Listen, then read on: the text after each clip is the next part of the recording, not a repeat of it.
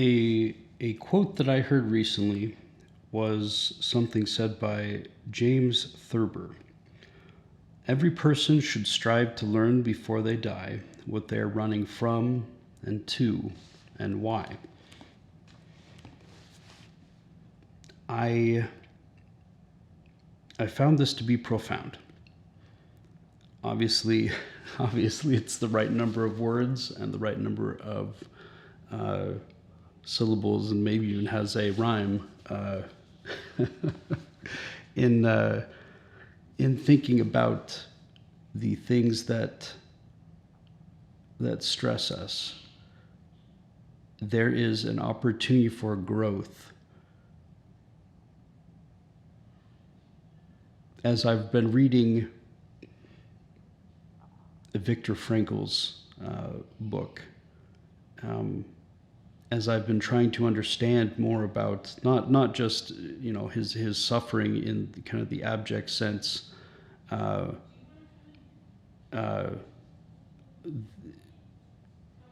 as I've tried to understand more about his suffering, not just in the abject sense of Nazi concentration camps, and which is heartbreaking, is tragic. I've also thought about the opportunities that his logotherapy, or logotherapy, I believe he calls it, is the idea of man's search for meaning, right? I've said for a long time now that, because occasionally in opportunities of leadership in various places I've been, and in talking with friends, and occasionally somebody will remark, I'll remark, if nobody else does, that, man, it sure is frustrating that we can't seem to, we can talk a big sermon, a big game about getting ourselves as humans to change, but it sure is hard to get people to do, right? And I kind of chuckle and say, well, I mean, you're in good company, because just about all professors of religion, all philosophers, all even political philosophers, political doctors of politics, things like that, they're all trying to get people to do differently, not just be aware that there are different things to do. But this idea of, before we die, there needs to be an attempt made, right? You really need to seek to understand what you are running from. To me, I take that as what you are scared of, right? What are you seeking to avoid?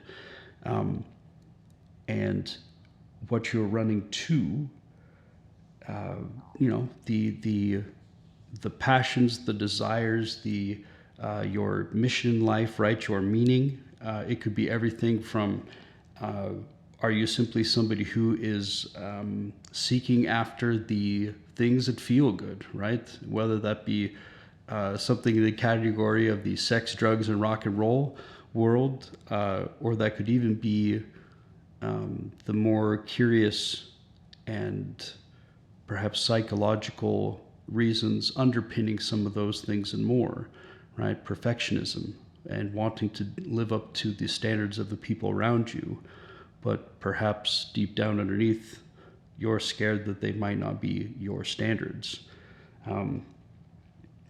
Therein lies the why.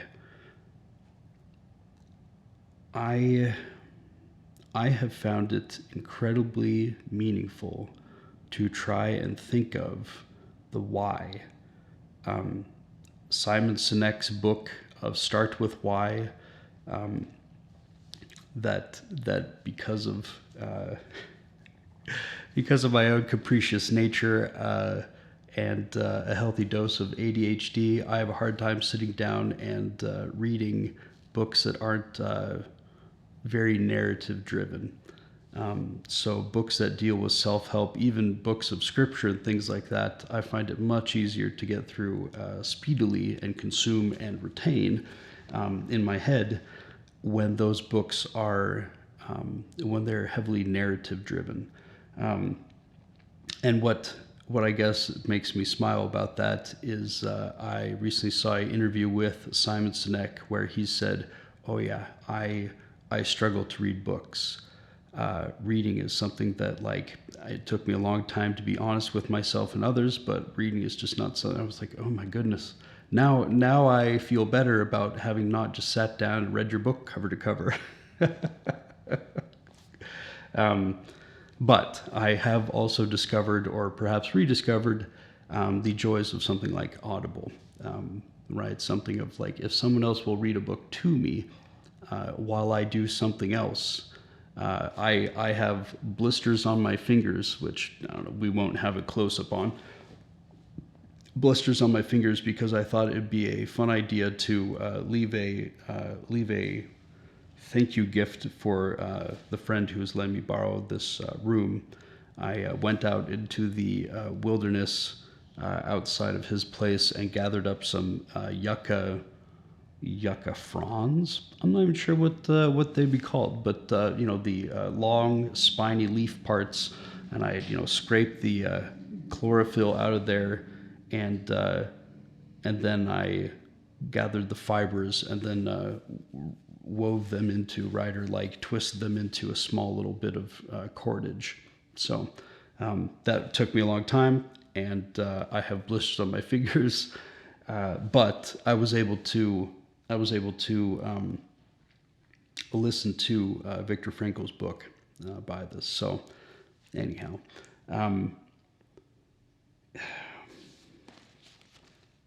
every person should strive to learn before they die what they're running from and to and why. I cannot profess a perfect strategy for discovering those things.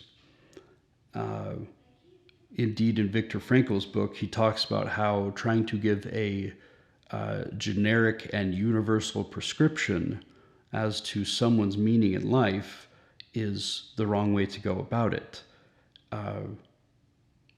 He likens it to a chess player. That it would be silly to ask a chess player, well, what's the best move? Depends on the game. Depends on the psychology of your opponent. It's highly situational. But just like in chess, if you were to not consider those things and you were to just try and play the same move all the time, right, or the same game each time, you're not going to get very far in chess with that strategy or lack thereof. Similarly, as James Thurber is trying to point out that, and Viktor Frankl, and again, indeed, all professors of religion and philosophy, trying to ask yourself the question of, what am I scared of? And what do I really want? Why do I feel this way about these things? The thought also comes to mind that that is a big and lofty goal. One thing that I think many of those professors of religion and philosophy get wrong, or maybe do in a way that I'm going, I think you guys have kind of missed the mark here, is that such things can be overblown to the point where people start out thinking that they have to become a black belt on the very first day of showing up to class. Whereas I have found myself, I really appreciate those who break it down into small and simple steps. Simple does not equate to easy, right? It may be simple to say, be kind to those around you, okay? Now go do it the rest of your life and tell me if that was easy all the time. Something I think of often and will speak about often is the next time that you feel a strong reaction to something, right? As in somebody says something, does something to you, you're driving along, somebody cuts you off, a friend or a workplace enemy, right? Somebody who is, you just, I go, I don't like that person, right? There's friction every time I interact with that person. Stop and think, why do I feel this way, right? The next time you find yourself wanting something, right? I recently wanted to open a box of magic cards, like Magic the Gathering, right? Stopping to ask myself, why do you want this, right? You enjoy soda. Not sponsored. Why do you want this? It is incredibly insightful to be honest with yourself about what you want. And it can be, and I'm talking get real, right? If you want things that you feel are depraved or that you should be embarrassed by, but you still want them, okay. You don't have to write it down on the list and show it to everyone in your neighborhood, but you do need to be honest with yourself and really say, this seems to be what I really want. Why? I believe that living a principled life is incredibly important. I believe that not running from everything that there is to run from, and not running to everything that there is to run to, is a wise idea. But how I define those things as to what is wise to run to and wise to run from, and what you define, those are going to be different. Again, I can't write you a generic prescription, but I can tell you that the method by which you can start to observe yourself and think about what causes these kind of strong reactions, that is the why. And as you think about what reasoning you have behind these things, there is immense personal growth. I encourage you to do that. It is a process, meaning it's not something you can do in an afternoon and check off the list. It will take you a bit of time to even get into the habit. Write it down. Find a book that you can write it down in. And then revisit this idea. Contemplation brings a sort of personal clarification that is important. And ultimately, as I hope to talk about in other videos, there is a lot of power that comes through seeking what you really want to be and seeking to really change how you really feel you want to change, instead of simply doing this because others around you have said that you should. So, strive to learn before you die what you're running from and to, and why.